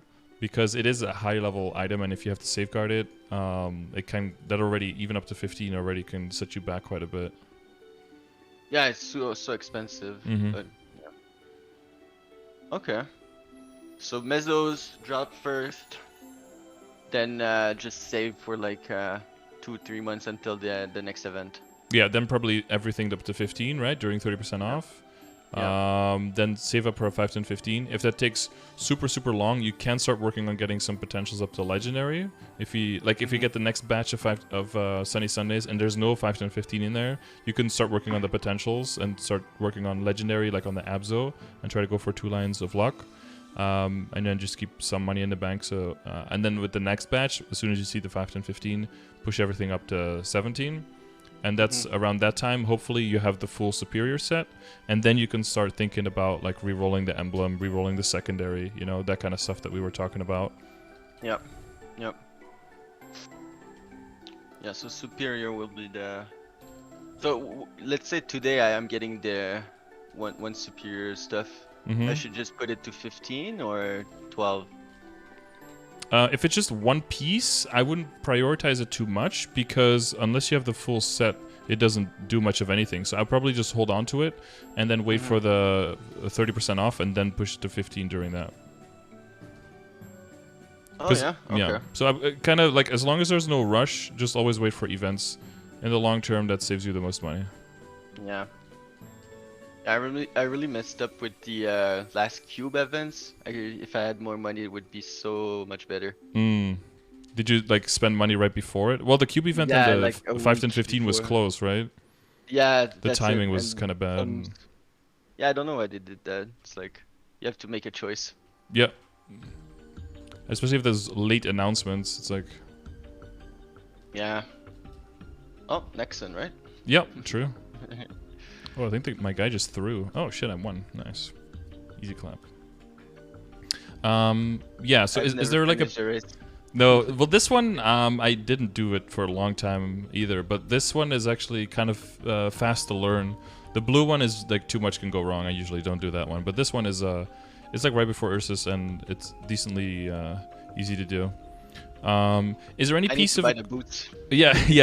I've run without boots accidentally one time, and I didn't even notice, because once you get into the rhythm of when you have to jump, whether you have snowshoes or not actually doesn't matter anymore, because you don't really get the slide.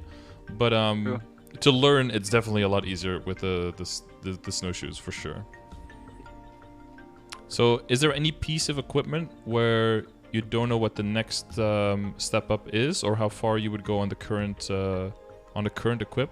Like for the Diacitus earrings, for example, I would treat them the same as a Sweetwater Iron Face. So I would go to 15 during 30% off and push it beyond, and eventually also push it to Legendary, because those are like the 3 items that you do want to either get a nice amount of luck or get drop in Mezzo with some luck for now, and then you know, later if you're thinking about pushing past 17, that's when you also make the big split between drop gear and damage gear, and that's when you start making doubles.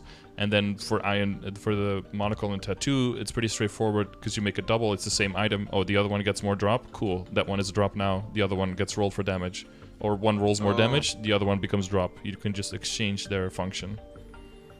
It's really the flame about the Sweetwater stuff. I feel like because they have so much worse flame, I feel like they're better suited for drop gear until you transpose them.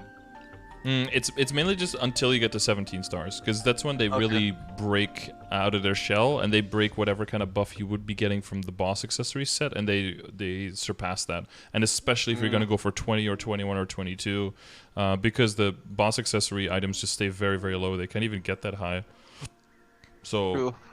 Yeah, like mine are 21. Yeah, mine are 21, and even so, like the tattoo, tattoo has a really good flame. You won't get to this far because of all the compensation, right? Again, like this one pushed very far, but even without that, like it's 123 stat and 75 weapon attack on 21 stars.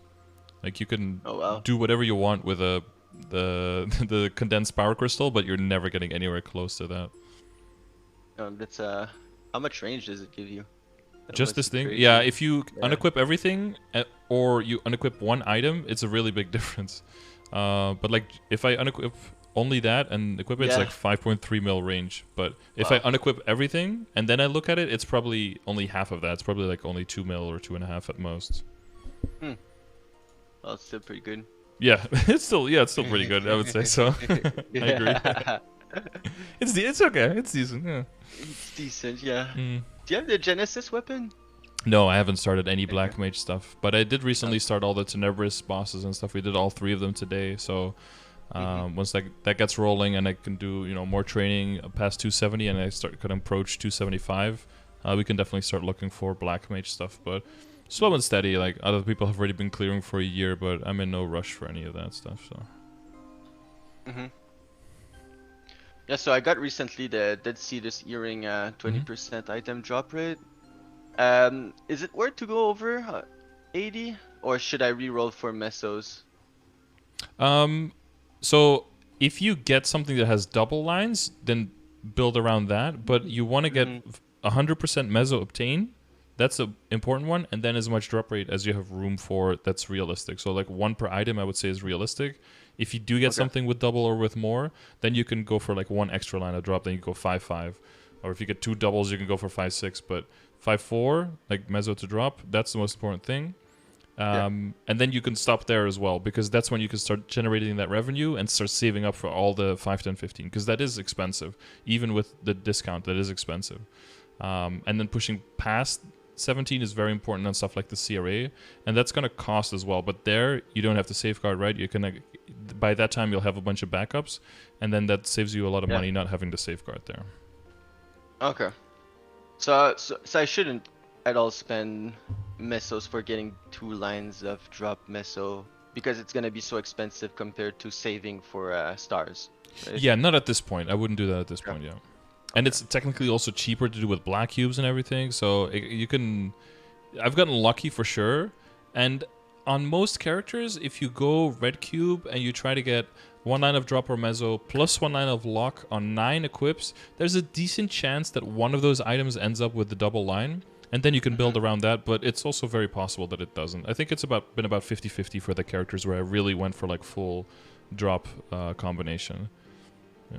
Wait, what do you mean it's cheaper with black cubes? Because meso and drop are both prime lines, and then black cubes, even though they're more expensive, they have a significantly higher chance of giving double the prime lines. So that's when you're going for 2 lines of critical damage on gloves, or if you're going for 2 lines, either double meso, double drop, or meso drop combination on accessories. On average, it's cheaper on a black cube than on red cubes, because even though you have more rolls with red cubes, the odds inherently are better in black cubes, and per meso, it's a higher value there. Really? I saw a calculator and maybe the calculator is wrong. Yeah, we can we can check. It's cubing, right? Yeah. 2 lines involving item and mesos. Let's say no luck. Average cost is 5.7 bill with red. Oh no, you're right. It's 4.4. It's 1 less bill. And if you're doing it on 9 items, it's 9 bill less, right? Yeah. Wow. Okay. That's so counterintuitive. Yeah, because I think you have so many more rolls. So that's why. Oh, you're looking for 2 lines of crit damage on your gloves. You go black cubes. If you're looking for 1 line, just 1 line, or 1 line with stat, you go red cubes. And it becomes a huge difference. If you do it for gloves, you will see the difference. For 2 lines of critical damage for gloves is really expensive if you do it with red cubes. Well, at least I didn't roll too much for those, but I would have wasted so much cash. Okay, why did this go away? And maybe the last thing. 9.5 to 13.6. Oh, sorry. Yeah, I was just checking the numbers. Yeah, it's like 3 bill for the average. It's 3 bill difference red cubes versus black cubes for critical damage for 2 lines. Yeah, does that up? 13. And black was 13.6 for red, yeah, okay. and like 10.5 for the black. Yeah. It's still 10B for. Yeah, it's still money, but great. You know, since 1 line is a little bit better than 30%, like 2 is like 60%. You're basically doubling potential on 1 item, right? And when everything is, you know, everything is Star Force to where you want it, and the potential is kind of done, and the flame is pretty good, then there's not much to upgrade. Being able to upgrade that much on 1 item is definitely worth that kind of money. More so than, you know, trying to get that last line on your weapon and then having to spend 80 bill there, right? Yeah. But how much mesos you farm an hour right now? For me now it's horrible because I'm in the new area, so I have to train in full damage gear. So I think I get 300, maybe 350 an hour. Wow, that's so bad. Yeah, I know. But I get but experience-wise, I get so much. Yeah, before it was over 700. It was over 800 actually, a little bit over 800 in Limina per hour. Yeah. So I make less than half the money, but I make more than double the experience. So that's the trade-off that you. Yeah. No droplets, no familiars, way less money, but way more experience. So you know, you have to kind of choose. It's still so many hours of grind for let's say just 2 lines of crit. Wow. Yep. And last thing, I don't know if maybe we're over time. A little bit, but you can go ahead. We didn't talk about the hat, but I know for Cadena, reduce cooldown is very good. Would you say I should invest in that too? You skipped it. Yeah, you have you have 18 luck already on there. So I guess once you're at the point where most stuff is 17, and then you really want to start working on the potentials there before you start going over 17, and everything is going to have to go to legendary at that point anyway, then that would be priority. I think to get like a 2-second cooldown reduction on the hat. Ideally 2-second cooldown plus 1 on the and like 1 line of stat. But I believe the same thing there applies as well, where the cooldown reductions are prime lines, I believe. Yes. So then black cubing there would probably be more efficient as well, depending on how high you want to go for that. But it's really not that much important right now. Right now, not as much, no. It's mainly when you're min-maxing versus bossing and you want to go through your rotations faster. As long as you can rotate the map properly, then it's more about getting as much stat as possible so you can have more reliable kill speed. Okay. Minus 3-second duration. Oh, that's about the same as what the red cubing on the hat is. I think if you click versus red, yeah, see, that's like a 4 bill average difference. If you're going for a 3-second cooldown reduction. That's 17.6 average on red, but on black it's 13.5. Yeah, it's almost 50% more expensive, or 30% more. Yeah. That's crazy. Wow. Okay. All right. Well, that's pretty good info all in all. Yeah. Yeah, you'll be able to go much harder on familiars and stuff as well. So if you get lucky on familiars and you hit a lot of IED there, that could like speed up the process of redoing your secondary that we were talking about with the Princess No One. And then you could just switch to the attack more quickly than, or you get a combination of attack and boss damage, and you can switch out your current one if you want to much faster. If you end up rolling boss damage, then you need to hold on to your IED a little bit longer. Yeah. Well, familiars is only at level 245, right? Yeah, that's when you're farming in. You're just gonna be farming them when you're training in Moonbridge. Basically, you're gonna get a lot of them. Yeah, that sucks. It's like I just can't get familiars reliably right now. Not much, no. Actually. You could, but I don't think it's worth your time. It's more worth your time to push forward and push towards Moonbridge and get those crazy rates and that crazy money. Anyone for Earth's chat? We're in channel 18. Yeah. That's the last thing. Anything else you were wondering about? That's pretty good. It's very good for the following months. Maybe I'll do it another one in 6 months. See if I'm still doing the solo progression or if I if I failed. Yeah, you'd be like almost moving into the full arcane by that time. Hopefully, right? Yeah, yeah, that's it. Shop. And you can show your solo normal will and the solo hard Lucid and will runs. Yeah, that would be awesome. I think they will be soloable eventually, but moving into the party play earlier will get you there faster. I saw recently a guy that soloed what's it called, Black Mage on Reboot, which is crazy. Yeah, that's quite nuts. All right, well, thank you so much for your time. Yep, no problem. Appreciated. You are very welcome and very thanked as well for your contribution. So I hope it helps you a lot, and just best of luck with everything. And reach out and chat if you need anything. Always be there, and a bunch of helpful people to help you out. And Noah will be, I know, more than helpful to the fellow Cadena players. So he's a great guy. Thank you, Noah too. My secretary for the progression session, my assistant. Is he a Cadena main? Yeah, he's Cadena main. Yeah, he's in the Tenebris parties with me. Yeah, in the guild as well. I think he's pretty lucky for me then. 260. I think he's going towards 270 soon as well. Let's see. That's a grind. I think he's the second. Yeah, he's 268 now. Yeah. Nice. Catching up. Damn, I thought it was 267. Well, yep. Good luck on the grind, and thank you again. Yeah. See you around. See ya. Yep. Bye. Bye-bye. Cool beans. Update Discord. Amazing.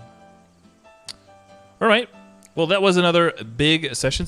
Pretty bit more specific for Cadena and a bit more oriented to the late game and end game, of course. Not too much attention to the earlier game stuff. So hopefully people who are in that similar situation. And I think we had a few of the sessions that were with people in these similar situations where you're like, I think I can make the arcane weapon, and then if I do, like, where do I focus? So in general, like, main focus is get your drop and meso sets, get that completed, so that especially when you're training on your main and when you're focusing on income during totems, make sure you have that on lock, and then you get a good weapon, focus on your nodes and your symbol dailies, make sure that that gets up evenly. Try to get everything to 17 stars. Try to get everything to legendary with 2 useful lines. Don't neglect your glove there. Critical damage, very important. After that, try to get the Superior Golic set completed. Get 17 stars on all of that. You break up the complete accessory set. At that point, look at your ring situation. Then start looking at your emblem and your secondary again. And then basically just save up until winter. Try to buy the full arcane set. Switch that in, and then min-max on, well, in the meantime, you're going to be working on your CRA stuff. That's very important. If you want to get into hard Lucid and hard Will, you keep the Abzu at 17, that's fine, but you're going to need to push higher. You're going to get Arcane Weapon probably, and push higher on the CRA stuff. You want to get 20 or 21 stars on that, at least, but you have a lot of backups, so that is affordable for sure. But that's like the general direction for all of these things. So yeah, if you're in a similar situation, hopefully that helps you to organize that a little bit. Make sure you look out for events. Make sure you check the event calendar. Keep that up to date to see which events you use. 30% off to get up to 15, 5, 10, 15 to push past 15 stars. And yeah, you should be fine. So if you enjoyed this, I'm glad. If you have a lot of questions, maybe you want one of these sessions for yourself, check the description to see how you can ask one of those. If you have few questions, small questions, come to the live stream on Twitch. I am live a lot, pretty much all the time. I do this full time, so you can just jump in. If I don't see your message, someone else in chat will. We have a lot of helpful people in chat who have heard me explain a lot of things, so they'll basically just tell you what I would tell you, or they will troll you, so make sure you double check. No, we don't have too many trolls, so that's fine. If you have numbers for me in the forms of battle analysis, monster skill per hour, or training videos into Nebris or the new Grandis areas, send them to me as well. A link for that is in the description. And last thing, if you want to join my EU or NA guild, where we focus on helping people out, doing stuff together, and getting stronger together with struggle parties, and up until the end game, we're having a majority Scardor guild end game party now into Nebris, where we have 3 of our members. So there is a lot of Lucid and Will parties and Hard Lucid and Hard Will parties forming as well. I think we have 4 of them now. Not really officially. There's like a little bit of a potpourri of people from the guild and from other places, but a lot of the people are like finding themselves first in, or finding each other first in the guild. So if you're interested in that, in the EU or in NA, in the Reboot servers, there's also a link for that in the description. And all that's left is to thank you guys for watching.